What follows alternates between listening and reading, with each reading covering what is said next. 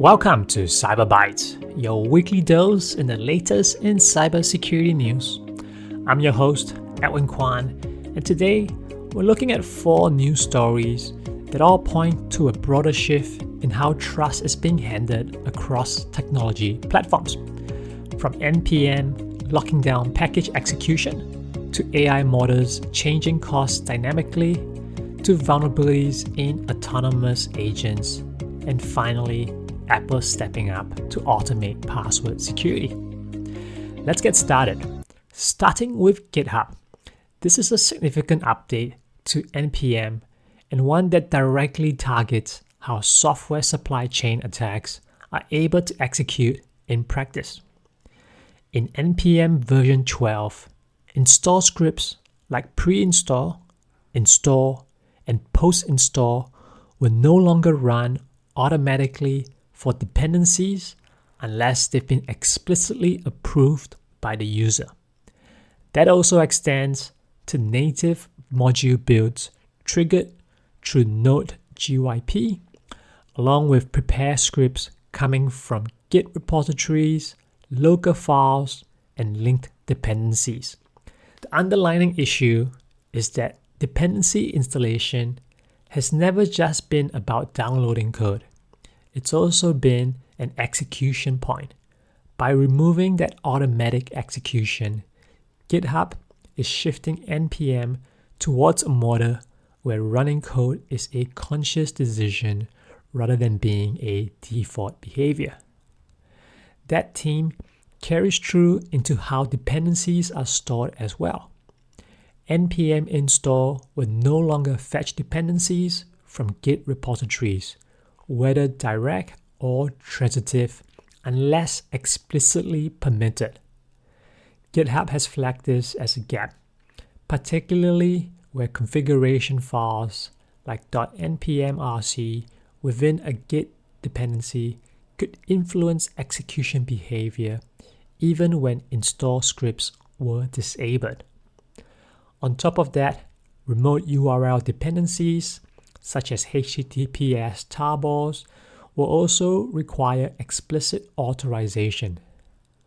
What this does is it closes off several less visible paths where malicious code could enter a project, reinforcing a more controlled and permission-based approach to dependency management. If you step back from that, it's essentially about removing implicit trust in developer workflows. And that same pattern shows up again when we look at what's happening in AI, which is just in a different form. So our next story is about Claude Faber 5, which Anthropic has just rolled out with a limited time free access window before moving to a usage-based pricing model.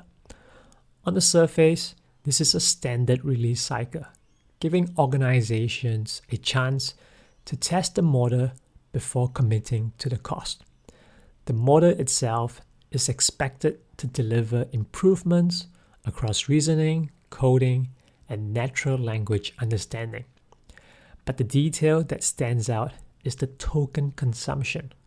Faber 5 is understood to use significantly more tokens than earlier models, reflecting a higher level of processing per request. That becomes important once pricing kicks in. Higher token usage means higher cost per interaction, and for organizations running large-scale or complex workloads, that difference adds up quickly. So the free access period isn't just an opportunity to test the capability, it's a window to understand how usage scales and what that means financially. As models become more advanced, they don't just expand what's possible, they also introduce new constraints around cost and resource management. And where that becomes particularly relevant is when these models are embedded into more autonomous systems, which is exactly what this next story highlights. Varonis has identified an OpenClaw vulnerability showing how AI agents can be manipulated through phishing style techniques, but with the target being the agent rather than the user. By embedding malicious instructions into content that the agent processes, such as emails, documents, or web pages, an attacker can influence its behavior. This is a prompt injection attack, where the model follows instructions that are hidden within otherwise legitimate inputs. The result is that the agent can leak sensitive data to perform unintended actions without any obvious signs to the user. From the outside, everything appears normal, but the agent has effectively been redirected by adversarial input. And this highlights a key issue with AI agents. They operate on instructions. They don't inherently understand trust boundaries unless those are explicitly enforced. As organizations start giving these agents access to internal systems and data, this type of vulnerability becomes a practical risk that needs to be managed through tighter controls and clearer limitations on what agents can access and act on. Now we're on to our last story, which looks at a different way of solving a long-standing security problem, which is removing the human factor altogether. Apple has introduced a feature that automatically changes passwords when they are identified as compromised. It's built into Apple's passwords management system. It detects when safe credentials appear in known data breaches and initiates a password change on the user's behalf. It generates a new strong password and stores it back in a keychain without requiring the user to take any action. The feature relies on Apple's existing autofill and passkey infrastructure to interact with supported websites and complete the reset process automatically. The goal here is to close the gap between compromise and remediation, particularly in cases where users either don't notice breach notifications or delay in responding to them. By automating this step, Apple is effectively removing a common point of failure in credential security.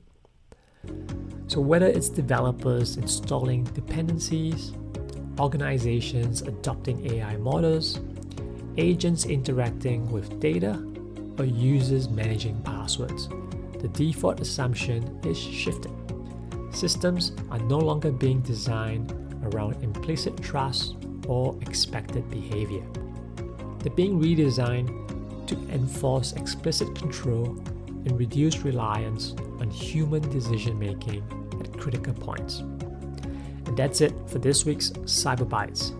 Thanks for listening, and we'll see you next time.